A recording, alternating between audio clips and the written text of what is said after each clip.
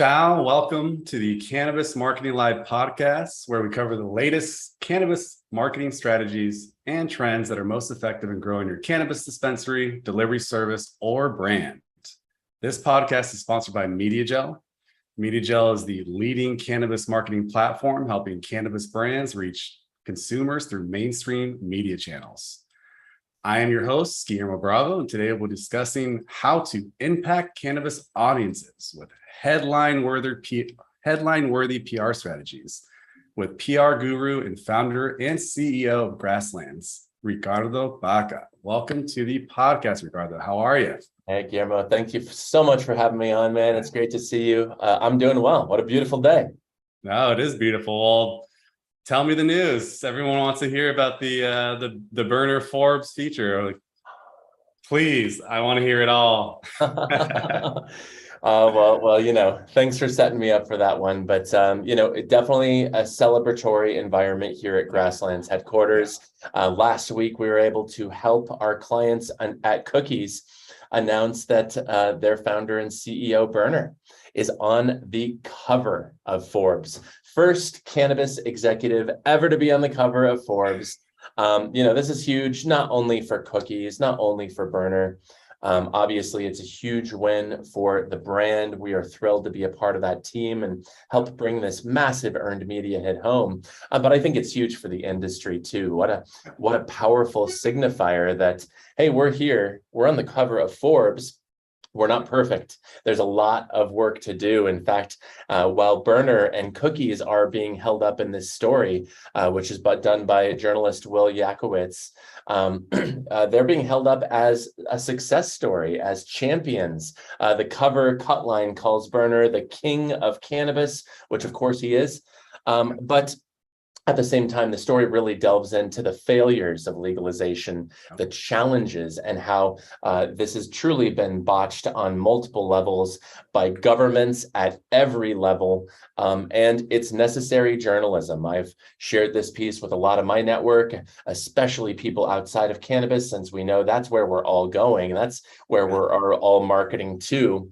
And, people are learning a lot about this complicated industry, this overly regulated industry, and how we need to lift some of these regulations, peel them back, understand that, yes, you can successfully legalize and regulate cannabis and move it into a regulated marketplace, even without these ridiculous restrictions and regulations that are just really killing so much of the industry and a lot of really thoughtful, smart, worthwhile operators who are doing a responsible job. But regardless, the print issue hit stands next week. So that'll be, I believe, August 16th.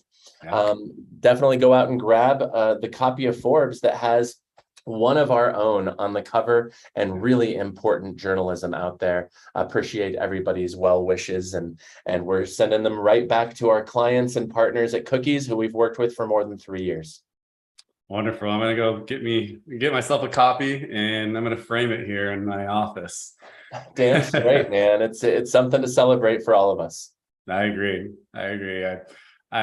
I heard you say it before, but PR can do more for your money than any other marketing tool, right? But very few people understand how to use it. Can you tell us what this means and how a PR strategy can really move the dial for your business? Absolutely. So PR can do more for your money than a lot of other marketing tools. Yeah. But the truth is, and you and I were talking about this when I saw you at South by Southwest earlier this year, nothing beats a well thought out strategic integrated marketing campaign. Certainly, we have had clients come to us and say, this is our marketing budget. We want to spend everything on PR. And we always talk them out of that. That is not the panacea. That is not the right way to go. It's all about figuring out what your right media mix really needs to be. From earned media, that is public relations. It's the craft of securing earned media in newspapers, magazines, blogs, podcasts, crossing over into influencer channels sometimes. And then on the flip side, you have paid media and owned media. And of course, I know this is an area that you exist more in than we do, but paid media being advertisements, sponsorships, and beyond, and owned media being these important owned and essential channels like our websites, our social media.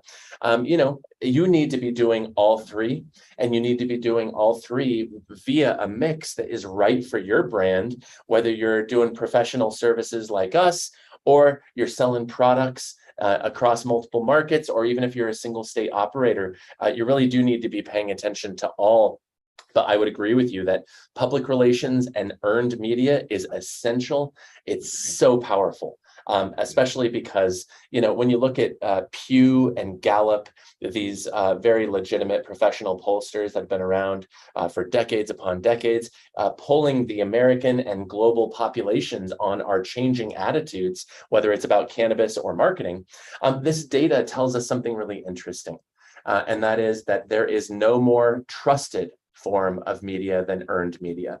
And I think a lot of what you and I will talk about today, Guillermo, will really come back to nothing is more trusted than earned media, because the modern consumer, they're pretty savvy. They can see through some of these paid plays. They know that you can basically say whatever you want on your owned channels, but earned media is a lot different. And I know we're going to dive deeper into that.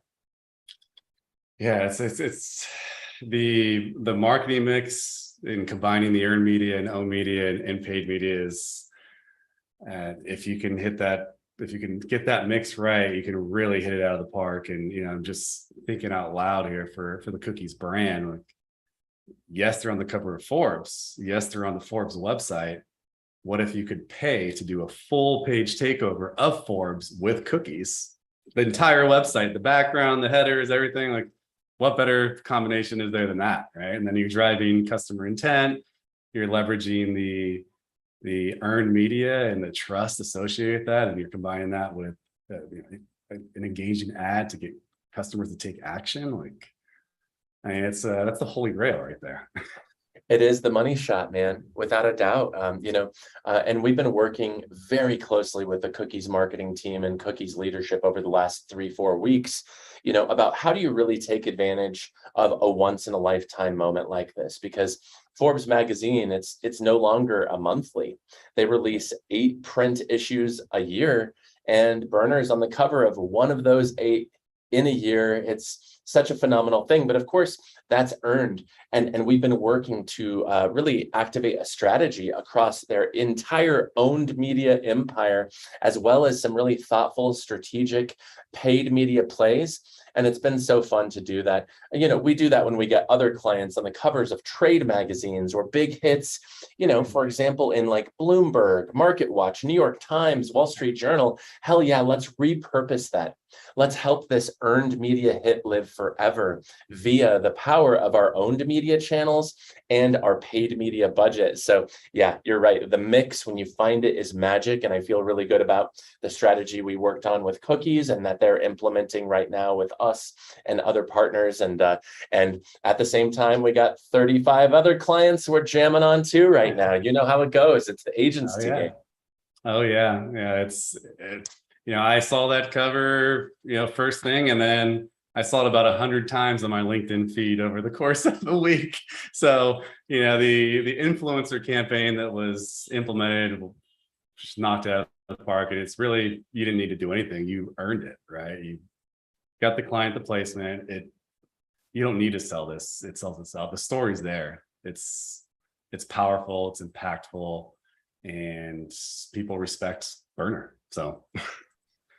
He's done so much. You think about him starting in Northern California, and, they've opened stores in Austria, Israel, Australia, Arkansas in the last year. I mean, this growth trajectory truly is unparalleled, and nobody belongs on that cover more than him.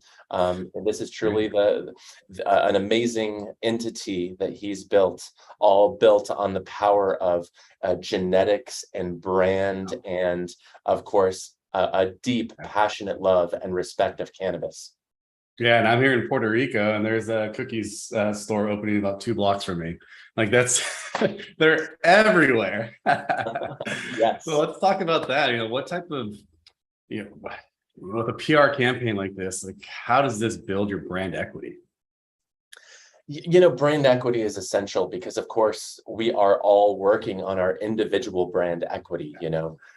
That comes into play around, of course, IPOs, M&A activity, certainly capital raises, capital funding. It also comes into play around crisis management and quarterly earnings calls as well. But brand equity, where PR really comes into that mix, is elevating it from a very honest perspective. Going back to that trustworthiness that PR has that no other media can match. It kind of reminds me of our tagline at Grasslands, our PR and marketing agency, where we specialize with cannabis, hemp, and of course, psychedelics brands. Our tagline is, we tell stories, build brands, and amplify value.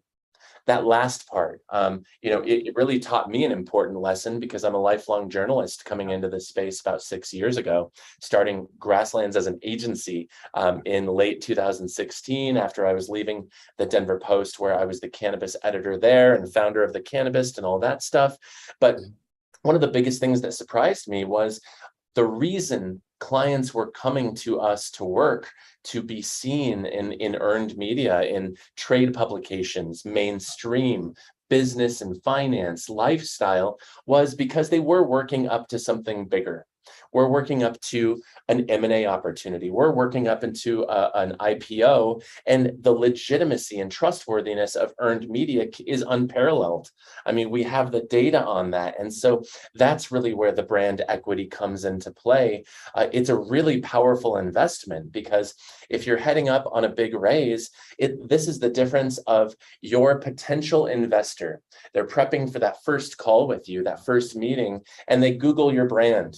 What comes up there? Are they coming up with your website, your social channels? They see that your owned media is relatively updated. Great, good for you. That's table stakes. That's pretty setting the bar low. But are they coming up with that hit in a publication that's really meaningful to them? Are you in Market Watch? Are you in Bloomberg? Is the New York Times paying attention to your previous raise? And that's where it comes in. One of our long serving clients, we've been with them for more than 4 years. They very much have been building up this steady bank of earned media. And every time they go out to talk to an investor, that is what helps close the deal. Earned media is immensely powerful when it comes to that brand value, because in many ways, that brand value is the perception of those outside the business. Or do you look and operate and feel bigger than you actually are? And earned media is a powerful tool to leverage to get you there. Yeah, it's so impactful, and especially with your background, being a journalist, one of the first journalists, first one I knew in cannabis back in 2014, I think it was. Like, given that background, being on the front lines in an emerging industry, like how much of that experience has been relevant to starting Grasslands, and how really has that set you apart from all the rest of the PR companies in the industry? So my background as a journalism drives everything that we do here at Grasslands. We call ourselves a journalism-minded agency, and you won't hear any other agency in cannabis and psychedelics or out that refers to themselves as such, because it really is a construct that we ourselves have created. And we continue to iterate on it every day. What that looks like is really what can we learn from journalism to make ourselves better partners, not only to our clients, but to our journalist partners. It is absolutely essential that we maintain good and close relationships with the journalists who cover these industries, with the journalists who are dipping their toe in the water and saying, hey, I've never written about cannabis, but it's almost legal in New York, and I need to understand this. It is our responsibility to be, attentive, efficient partners who can make their lives easier, the client side and the journalist side. And frankly, when I was a journalist for 24 years, those last 3.5 years were at the Denver Post as the cannabis editor, to what you just said. And I was wildly unimpressed with the quality and the caliber of PR. How are they treating me? Of course, because I am the conduit through which communications professionals can reach their target audience for their clients. And so I just found that there was a general lack of attention to detail. I was always stupefied when I'd get a pitch, hey, our client in Nevada is opening a new store, or our B2B client in Chicago is doing big things. And I would tell them straight up, I write for a daily newspaper in Denver, Colorado, not writing a lot about B2B. And just know that the B2C that I'm writing about is primarily in Colorado. So you can just chill on those pitches and focus on the ones that are more relevant to me.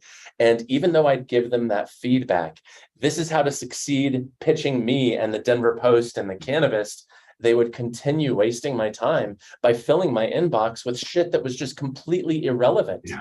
And that's disrespectful. And so I just knew that this could be done differently. This could be done better. And that is really where Grasslands comes into the mix. This journalism-minded agency concept, it's not right for everybody. It's not right for every client. We have it in our client criteria that all Grasslands clients, they must recognize the essential contributions journalists provide to our democracy. And, a little bit of a complicated environment for journalists in the last 6 years or so. And so we really are not right for everybody, but for those who agree with our core values, we love these relationships with our clients, including Cookies, Willie's Reserve, Nabis, some great MSOs, some great SSOs. We love B2B, B2C, and that journalism mindedness is really the ethos that ties everything together. And one of our big differentiation points, to your point, it's like certainly other agencies are starting to dip their toe into the water of cannabis. Their early clients are without a doubt paying them to learn this complex business language and landscape. And then there's other agencies that are our competitors who specialize in cannabis.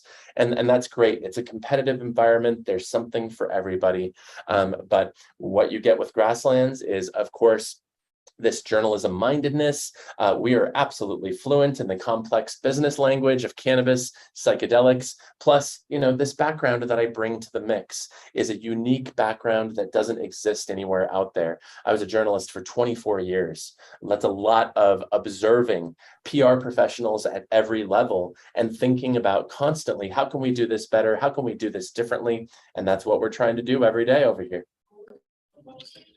And you mentioned this in, just now, is like building relationships is key, right, with these journalists, and don't waste their time, right? There's, as you said, it's know your audience. Like if it's a B2B publication, if it's a local publication, respect that market and respect who you're reaching out to, and don't do the spray and pray approach that will get you nowhere. How can cannabis brands, retailers, delivery services, how can they build relationships with journalists organically? Yeah, absolutely. This is something I love talking to startups about. And, any cannabis business, we're all startups. So, I would really start with a radical level of prioritization. When you're DIYing your own PR campaign, you don't have budget yet to work with a publicist or with an agency.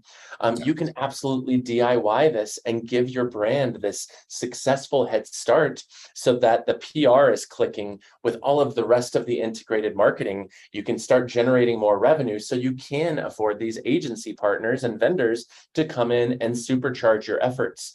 But before you do that, just practice radical prioritization. I want a list of five journalists who are the single most important to your brand. Of course, it involves recognizing the landscape, but let's say you are a cannabis brand. You're in one state, you're looking to license in other states. What publications are these prospects looking at, these potential licensors? What are they reading? They're reading, MJ Biz Daily. They're reading Cannabis Business Times. They're reading Marijuana Moment. They're reading Weed Week and any MJ Brand Insights is doing great work, and a host of other publications from Leafly to Weed Maps News. So you have this wide variety, but pick five reporters you're going to focus on. You have limited time already, but you know what? You can focus on once a week. Reach out to these journalists, make sure they know who you are.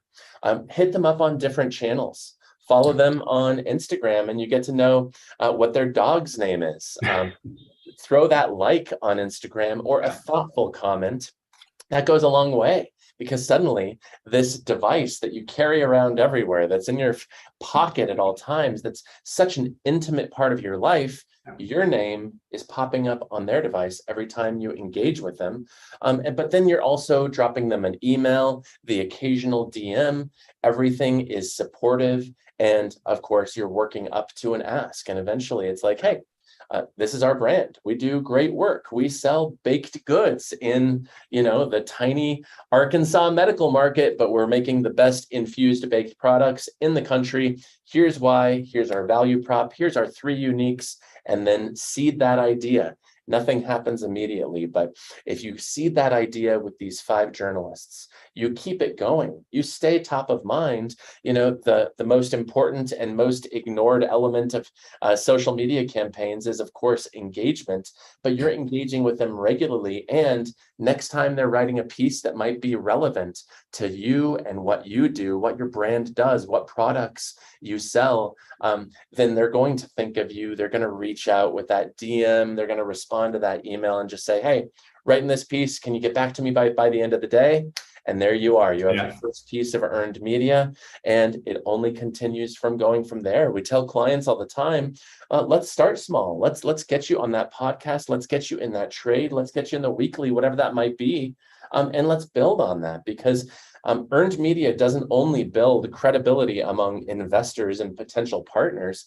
Earned media also builds credibility between other journalists. Yeah. I would do that all the time when I was at the Post. It's like, oh, okay, they've already been written up by this. That's legit. There is a certain amount of cachet. Again, it's trust. You see that they earned that mention in media, and it immediately gives you a higher level of trust than that which you had before. Yeah, and I've always relate that to, in LinkedIn specifically, I get a ton of salespeople in my DM just trying to sell, and they don't engage with me. They don't like any of my posts. They don't care anything about who I am. And you can notice that right away. And you just immediately click spam or move it to the junk folder and move on with your day. It's the same thing with PR. You have to be respectful of that. And, you should, if you're going to select your top 5, let's say it's B2B for us, Entrepreneur, MJ Business Daily, all the publications that you listed. So know your audience, know those journalists, bookmark those journalists' social media accounts and activity. And anytime that they post, and even set up notifications on your phone, so whenever they post, you are there first. So there's different things that you can do to really engage with them and show that you care, right? Because everyone's asking for a favor. They all want to earn media, and you have to create that compelling story. You need to create that different differentiator, and that's why storytelling is important. So how can businesses come up with the content that really resonates with a journalist? Yeah, and this is where it gets a bit more challenging, right? You and I were just talking about the power of storytelling, but also the challenge of storytelling. You really need to understand where that narrative is to fully be able to manipulate or exploit or use that narrative to your advantage. And it's probably one of the most common things we see with new clients. We sign with new clients for PR, content marketing, thought leadership, and they think the story is right here. And through discovery and through early strategy conversations and delivery, oftentimes we find that sometimes they're right. That is the story. That's our narrative. This is where we're messaging and where we're positioning the brand.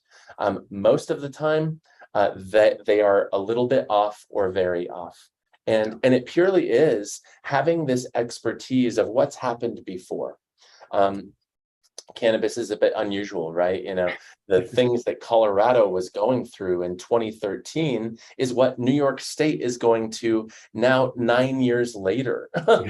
And so what's old is new again, but still you have to have that knowledge of when a market regulates and later implements and later launches, there is a certain there is a certain narrative arc that happens in every single market, and it's okay. It's not just like people copying each other. It just happens to be that state by state legality has really hamstrung us and what we're able to do. And so, of course, we see a lot of the same narratives and messaging emerge, for good and for bad, for the progress of this industry, in these various states. So having a deep knowledge and an understanding of what that narrative arc looks like in an emerging market, but also in a veteran market, in a limited license market, or in a wide open free market, we know how these things go, and we can anticipate what comes next. And oftentimes, when you are running the brand and you're a startup and you're wearing 15 hats, that might not be your strong suit. When we look in the mirror, we see what we see, but somebody else sees something different. And that's why it's essential to bring in that outside partnership. And again, when you're pre-revenue or you're just launching, you're figuring things out, you don't have that budget for an agency partner. There's no shame in utilizing your network, calling your buddy who might do something similar that you do and asking them, hey, I think this is our value prop. I think this is what makes us different. And this is what makes us distinct. And ask them about it. Shoot the shit with your narrative, with your network, and see what they have to say. And inevitably, you're going to learn something about yourself that you didn't know before, because that is one of the biggest challenges of finding that primary messaging. And, feel no shame about not being able to tack that down yourself. This is very common, even amongst experienced entrepreneurs and experienced marketers. Sometimes you're just way too close to it, and you need a little distance. Yeah, and marketing is not marketing is this big umbrella of all these different categories, and PR is one of them, and it's its own art in itself. So, launching a paid media campaign is not like running a PR campaign. It's not even close. You don't need the same people. You don't. It's a completely different pitch, and paid media is paid media. It's pay to play. You don't need to pitch anything. You just log on the website, add your credit card, create some ads, create an ad that is in sync with your messaging, in sync with your values, of course. But it's not the same strategy. So it's just being aware of that, and just being self-aware, obviously, right? So, look in the mirror, like, as you said, and know your audience, know your personality. Like, I know that when I present myself, I'm not smoking weed on my social media platforms. That's not my brand. Right? I'm more professional. I focus on more technical podcasts and technical tutorials and that type of thing. And that's who I am. But everyone's different. Like, there's so many different faces in the cannabis space, and they're all beautiful in their own way. And it's just, amplifying all these different faces. It reminds me of the Humans in New York, and, that wonderful book that came out, and just a great storytelling platform. Right. And just knocked it out of the park. And I'd love to see that in cannabis, because we're a growing industry with a lot of new people joining. It's becoming more diverse. We're getting into Latin America, getting into Europe now. So it's changing, it's evolving, and it's beautiful to watch, especially being in, since you've been in before me, but since 2014, it's amazing to see the progress over 8 years, right? So it's incredible. It is wild, dude. But especially since so much of what you all do at MediaJel is around the paid space. When you're working with a new client, chances are that client doesn't understand the difference between paid and earned. Nope. And the same thing with a lot of our clients. They're coming to us and they're like, okay, well, cool. We're trying to secure an earned media placement, focusing on these 5 publications, these 15 categories, whatever it might be. And then they're like, oh yeah, well, we should buy some ads there too. And of course, we're always happy to advise, but wildly different expertise. And I would never pretend myself to be an expert in paid media. That's just not what I do. I worked in a very different part of the newsroom from those people. In fact, they were never in the newsroom because of the ethics at hand. And of course, that's something you understand, being on the other side of the media paradigm from us. Yeah. Exactly. Exactly. There's a hard line between those two departments, and there can't be any overlap. Like it's pretty firm. So yeah, that's an understatement. But when you're going to this discovery phase with your clients, like what information are you gathering, are you analyzing before even setting up this tailored PR strategy? Yeah. Yeah. So one thing that's fun about marketing in general is that we use a shared lexicon, right? So Okay. discovery is that kickoff meeting. Yeah. Really, the primary purpose for discovery in public relations is to set that initial strategy. I found that a lot of our competitors, they go into discovery and they come out with a year-long communication strategy. And to me, I think that's aspirational, also a bit ignorant. We're startups in a shaky economy in a challenging emerging market with a federally illegal plant, which sounds ridiculous. But, and so what we do at Grasslands, recognizing all of that, we create quarterly strategies. So out of discovery, I just walked out of a discovery an hour ago, and coming out of that discovery, our primary job is to create that 90-day roadmap. It's a 3-month strategy. Let's knock this out. Let's be realistic. Let's manage expectations. Any form of marketing is very much about the long game. Paid, earned, owned. It's all about the long game. You're doing an SEO campaign on your owned channels, long game. You're doing a PR campaign for your earned, it's long game, and the same goes for paid. So we take that into consideration with that initial strategy, because of course we have to get to know each other. We have to create the roadmap. We have to agree on the roadmap, and then we're implementing the roadmap. And oftentimes the public relations agency is introducing a journalist to a brand for the first time. And that's okay. Or a brand new product for the first time, maybe from a familiar brand, maybe not. We're seeing lots of unfamiliar brands getting into cannabis, and some mainstream CPG brands as well. And so that is just a necessary and huge part of it. Coming out with that strategy, we really do call it a roadmap. That's exactly what it is. But I guess the biggest part to your specific question, coming out of discovery, what's next? It really is just a lot of communication. Yeah. Every agency operates in a different way. We have processes, SOPs, timelines.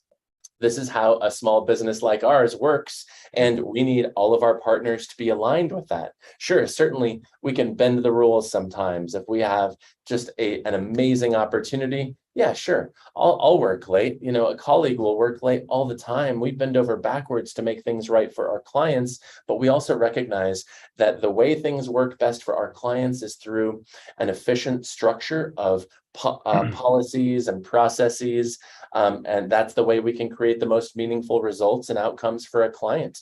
So it's communicating about how you operate, learning how they operate, managing expectations for what is the reality for this kickoff for the next 3 to 6 months.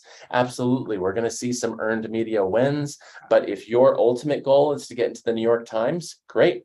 You want fast company? Let's talk about getting there in the first 9, 12, 18 months of the strategy. It just depends. We've had brand new clients in the New York Times less than a month after launch. Wow. Other clients, we had them targeting that, and a year and a half later, we accomplished it with a big splash on the cover of the Thursday Style section. It takes time and strategy and planning, and that's where everything starts, is discovery. It's a really magical meeting, and I love being able to put my journalist cap on it, where we're just really going deep with the clients and learning about them. And oftentimes they come out of these discoveries saying that they learned something about themselves throughout the process, which of course we take as a huge compliment. Yeah, I mean, you're building a long-term relationship with these, with your clients, right? It's a very intimate connection. You have to know the ins and outs of their personality, their business, everything, right? So that you can present that to the audience. And you mentioned that it can range anywhere from a month to a year or even beyond that to get a placement on the New York Times. And there needs to be compelling story to that. And like, what are the points that should be included in a piece like that to even be considered on the New York Times? Oh yeah, there's many, but I'll start by just talking about distinction and differentiation, two different things, and it really does require a deep, hard look at yourself, your team, the brand. Is there something that legitimately sets you apart from what exists out there already?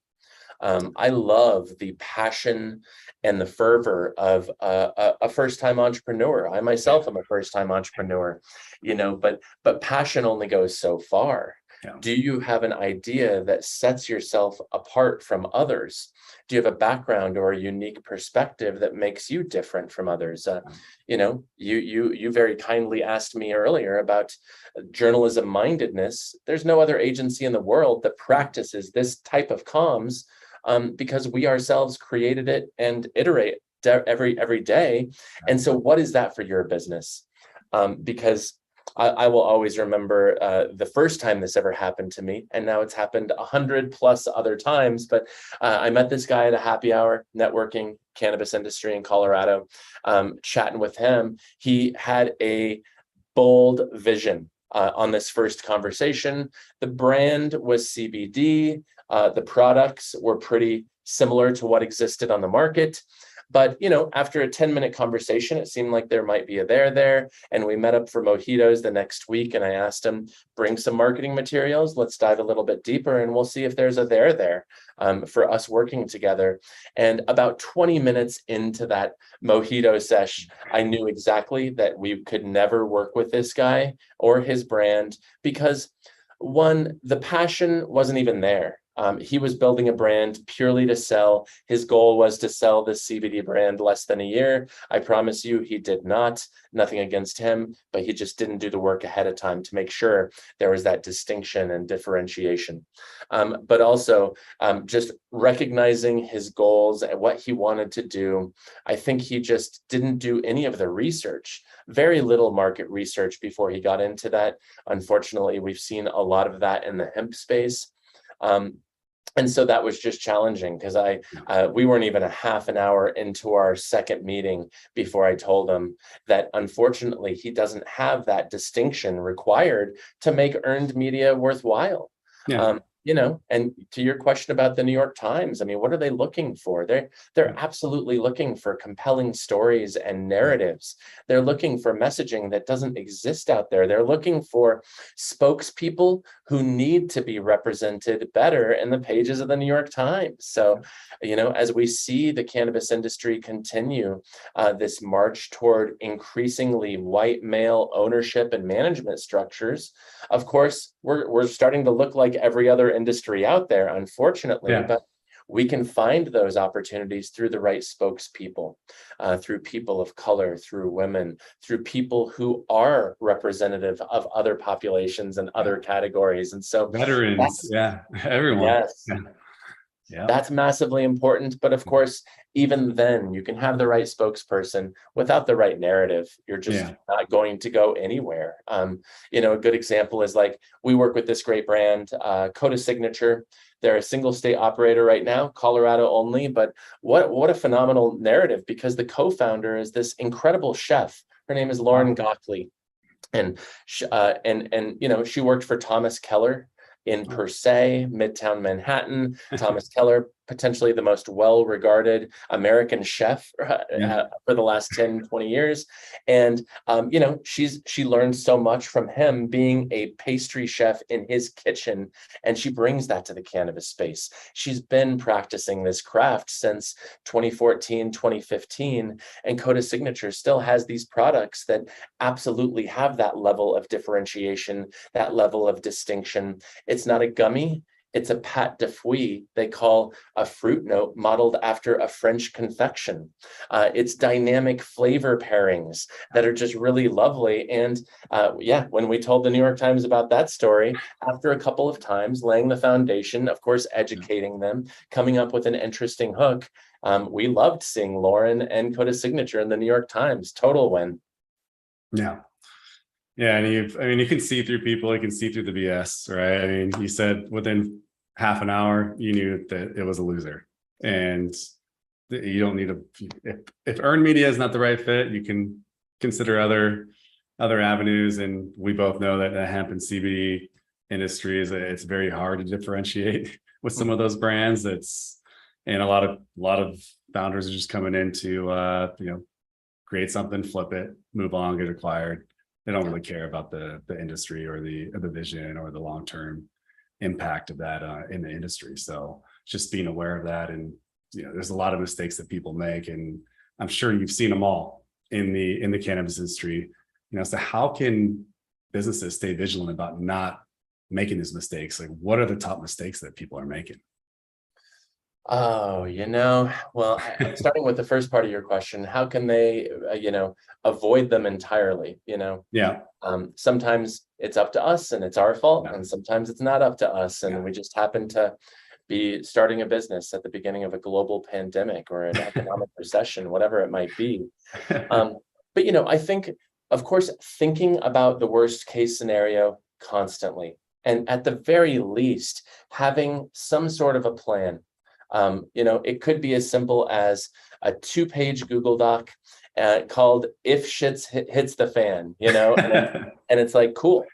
If anything truly bad happens, what is my very general plan to move forward to try and take care of whatever bad thing happened, whether it's a product recall because of pesticide or mold, or something more significant. Maybe your CEO says something they shouldn't have on an Instagram live, or cried because they fired people the day before.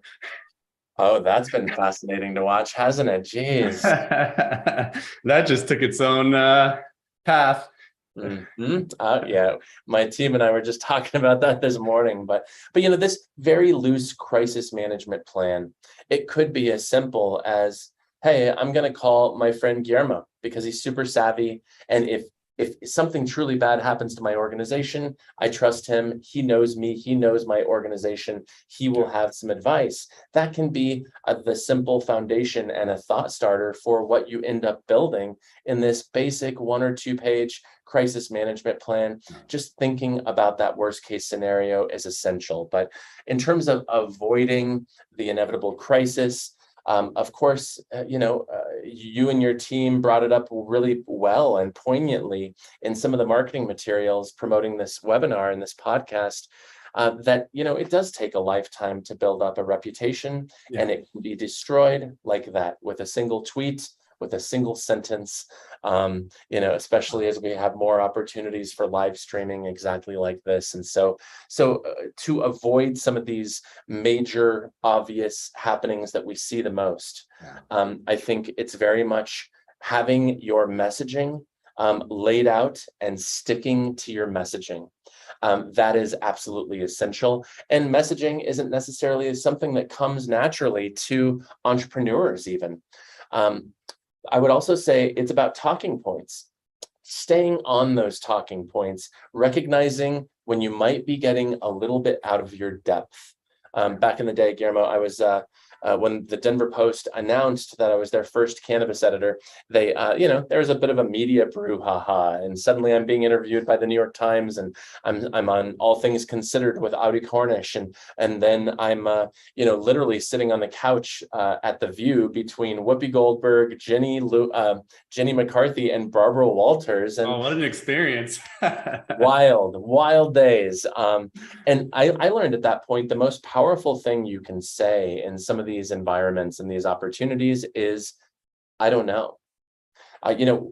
How could we be expected to know everything? And oftentimes we're going to be asked questions in public settings, or potentially recorded or televised settings where we just don't know how to properly answer that question. And instead of fumbling, instead of making something up, instead of speaking around it or quoting a statistic you don't know if you're exactly getting right, I don't know, is the absolute right call. It is absolutely the right way to go. And I think that as executives, we have this imposter syndrome and more, where we feel the need to pretend like we have an answer for everything. And even if we don't, remember, I don't know is one of the most powerful things you can say. And that's at the top of our media training document for every Grasslands PR client. So that's a big one. The list goes on, but I think creating an infrastructure within your business that upholds accountability and quality control is necessary, whether your services like what I do, or you're actually selling a product. I mean, back in the day as a journalist, I did a lot of testing oriented journalism, where I was taking edibles to a state licensed lab, testing them and saying, is what they say is in there actually in there? And of course, we found out in most cases, no, they were off. There's a variance, or taking concentrates to a state licensed lab and testing them for the potential presence of pesticides.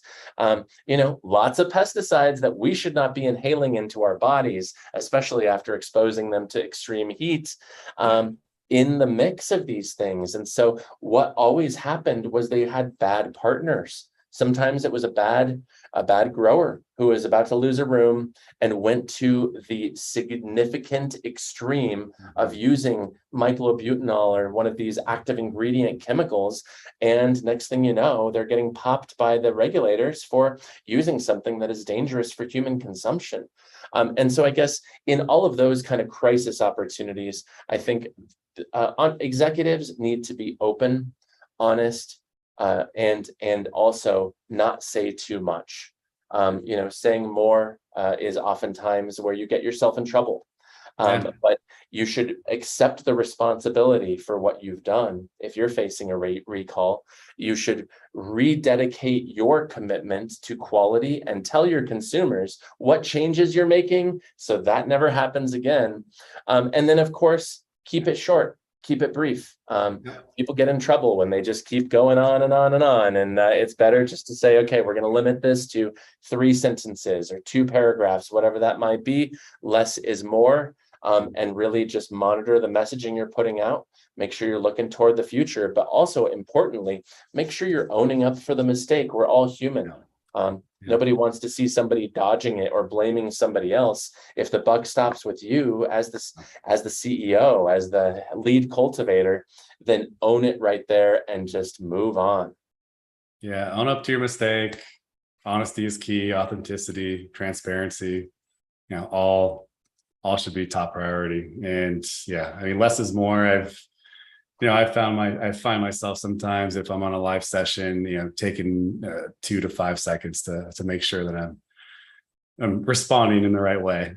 Because you can go out, you need to be respectful of things have changed. Like the landscape has changed.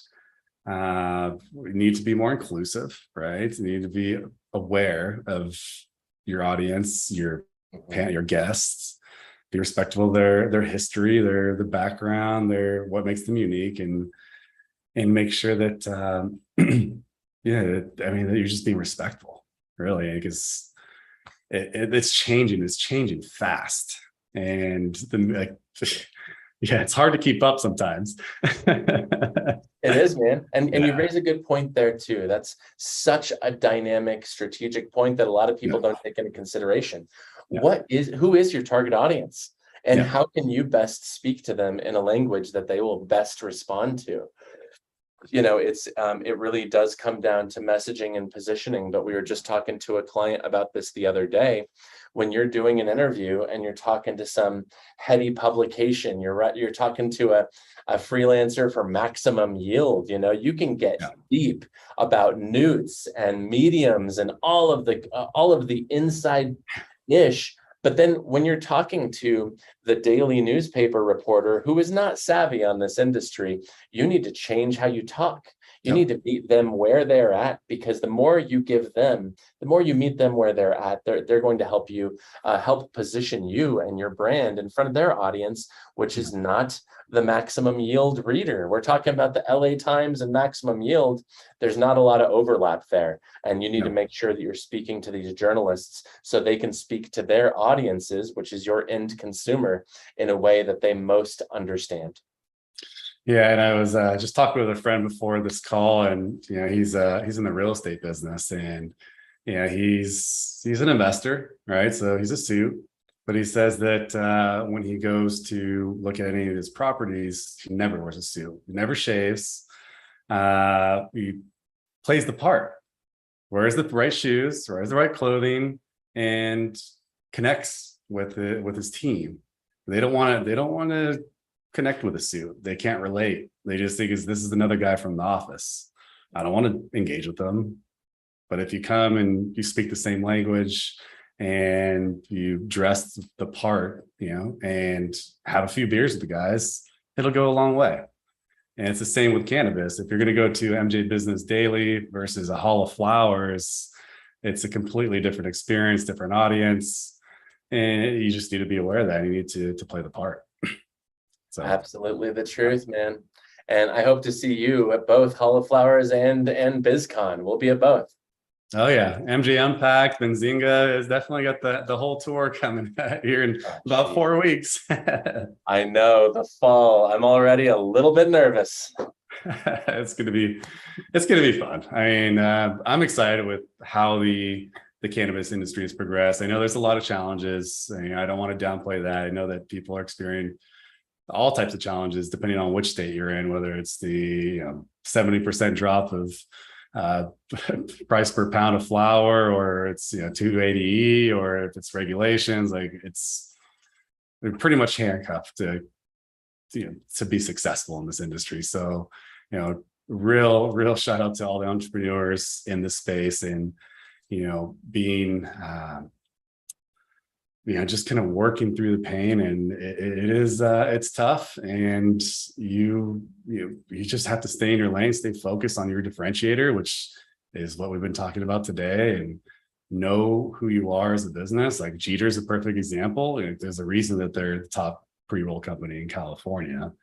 They didn't create 15, 20 different SKUs and promote all these different SKUs and try to be involved in all the categories. They stuck to one, and then they can diversify after that, but really know who you are and stick to that, I think, is important.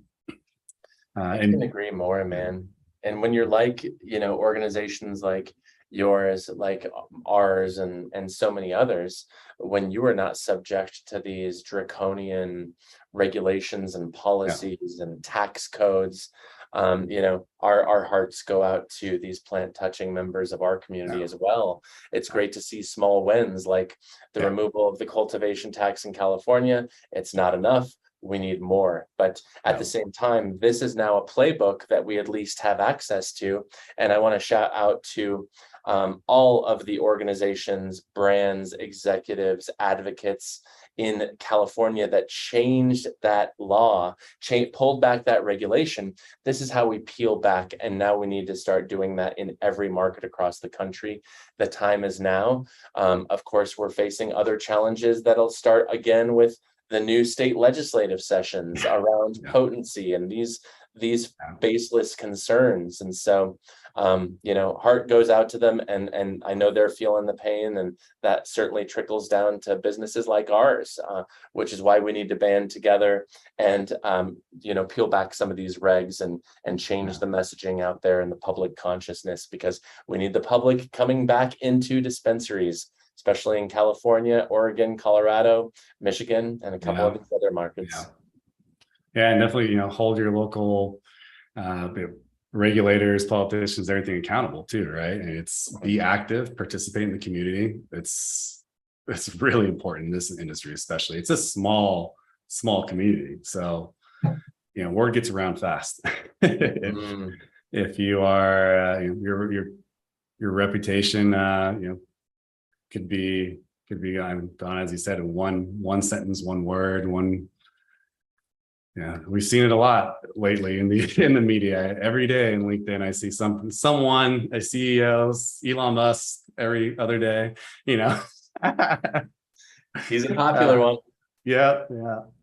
And it's changing. And the media landscape is changing. And like, how do the cannabis businesses fit into this, traditional media plan? Like, it's wild. Like, how do you keep up and how do you stay relevant? Oh, it is a good question, because there's this law when you study public relations and certain Mhm. parts of marketing that, the biggest brands get a majority of the headlines. So Mhm. let's say, Tesla, Apple, Microsoft in that Yeah, space, yeah, tech innovation, they get 65% of the headlines. That only leaves 35% for every other business out there. It really is challenging. And so you do need to really dig into some of these constructs that we've touched on, to make yourself noteworthy enough. We just started working with this really tremendous dispensary organization in Northern California. And what's so fascinating about them is they have the narrative. They've never told the world about it. They've barely pushed this on owned media channels. They are family owned. They are BIPOC owned. They are expanding across the Bay. They are OGs. They are legacy. And they have this unparalleled dedication to pleasing their customer that no matter what, they're going to work to make it right until it's right. And they're just now onboarding PR and marketing for the first time. And we're just like digging into this gold mine, because when you look throughout the Northern California landscape of dispensaries, there are a couple that have gotten a lot of press, and yeah, for good reason. The tremendous work, of course, Steve D'Angelo and the yeah, Harborside organization have yeah. done on behalf of the industry and the plant is so necessary. But now I'm so thrilled that Grasslands can be a part of the Purple Lotus team, headquartered in San Jose, delivery all throughout the Bay now. And, it's really extraordinary because this is a team that's passionate about their community. They are absolutely giving back, donating laptop computers to their local libraries to help disadvantaged populations work through remote education platforms where they don't have that kind of technology at home. They were doing this just because they knew it was the right thing to do, because they cared about their community. And now we get to help them share the news of not only how they're amazing community partners, but also how they just love their customers, how they're bringing their world-class customer service to delivery throughout San Francisco, East Bay, North Bay, and beyond. It's pretty outstanding. And I think that we all could learn a lesson from them. What is your differentiator for, part of with Grasslands? You and I share similar heritages, I know, and my family is indigenous, and we're really proud of that.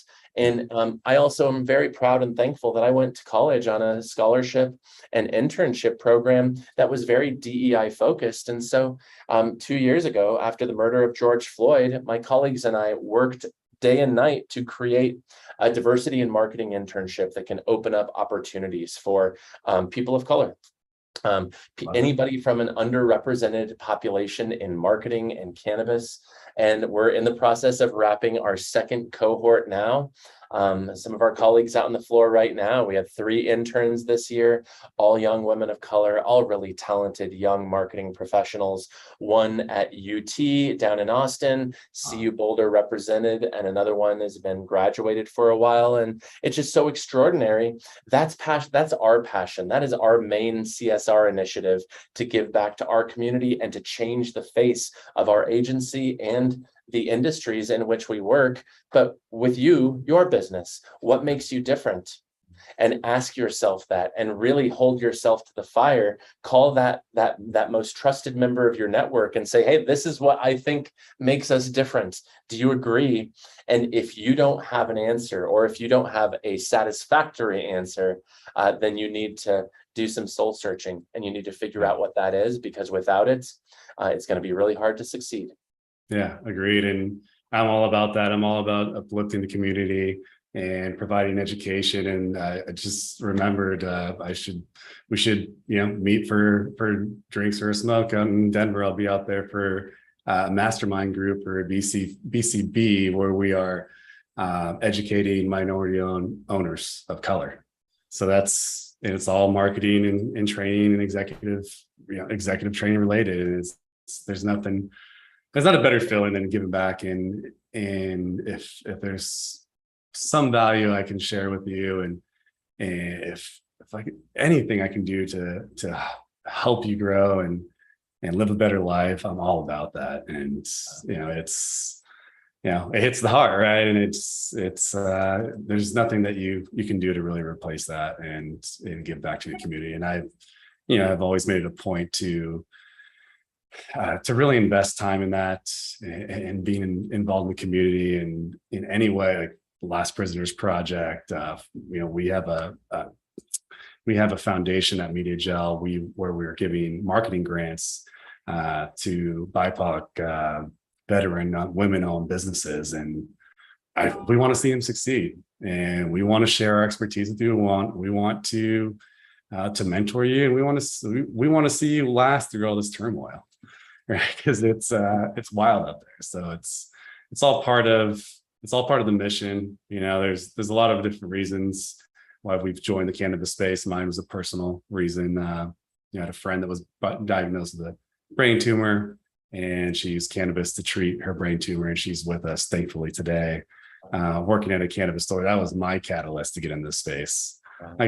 For me, it was always hip hop and weed. Grow up in Northern California, Santa Rosa, and that's cool and all. As soon as I saw the stories and then the kids and the seizures, the epilepsy, and seeing that firsthand, that's what really changes policy, really. Hearts and minds, no doubt. Yeah, without a doubt. And please do reach out. Would love to see you while you're in Denver. But, shout out to MediaJel for doing this. And also very much a challenge that I'd like to, throw down the gauntlet, because if you are running a cannabis business and if you have any profit whatsoever, you need to be doing something. We're all familiar with this complicated history that this plant has, so devastatingly put upon, and the misinformation campaign starting back in the 30s. What devastation, since we know how powerful this plant is and what we're about to learn in the next decade or 5 of research, since of course research has been hamstrung. But our clients at Ease, I want to give them a special shout out. They're currently working their way through the 3rd year of the Momentum Accelerator program, where they give $50,000 to different entrepreneurs of color. And we're proud to be, of course, their agency of record, but also beyond that, we are thrilled to be partners who are donating our time to the Ease cohort for Momentum. And we need more entrepreneurs, more founders, more executives and managers thinking about, hey, we're working in cannabis. We really do need to figure out some sort of a program, some sort of CSR that gives back in a consistent through line process that keeps going, that isn't a one-time donation. It is a part of a cohesive project and strategic that helps heal these wounds of this devastating, still very active war on drugs. Yeah, and there's people still in jail in the United States today for cannabis-related offenses. So, Biden, Kamala Harris, you made your promise. Let's see what happens. We have to push. We have to continue to hold people accountable and get a couple more years left in this administration. So now's the time, right? I know, and let's hope our chances aren't completely decimated in the midterms. Yeah. Well, thank you again for sharing your insights and everything, and doing everything that you do for the industry, Ricardo. I truly appreciate you taking the time to share your story with our audience. And anything else you'd like to share? No, I love that you did start by talking about DIYing PR. And Yeah. of course, when you go across the marketing, all the channels available, Yeah. it is one of the more challenging ones to DIY, but I Yeah. do want everybody to know that you can start that foundation, start the process. And then by the time you're able to engage with an agency like Grasslands or somebody else, you have that foundation, and also you have a better understanding of what these professionals are doing on your behalf. So of course, if we can ever be of use to anybody listening or watching, we're at mygrasslands.com. Yeah. Wonderful. Thank you, Ricardo, again. Everyone, catch you next week, Thursday. Thursdays at 11 a.m. Pacific, 2 p.m. Eastern. We do this every week. This is the Cannabis Marketing Live podcast. We cover cannabis marketing, PR, earned, paid, media, everything. And we'll catch you next time. Cheers. Great seeing you. Peace. Peace.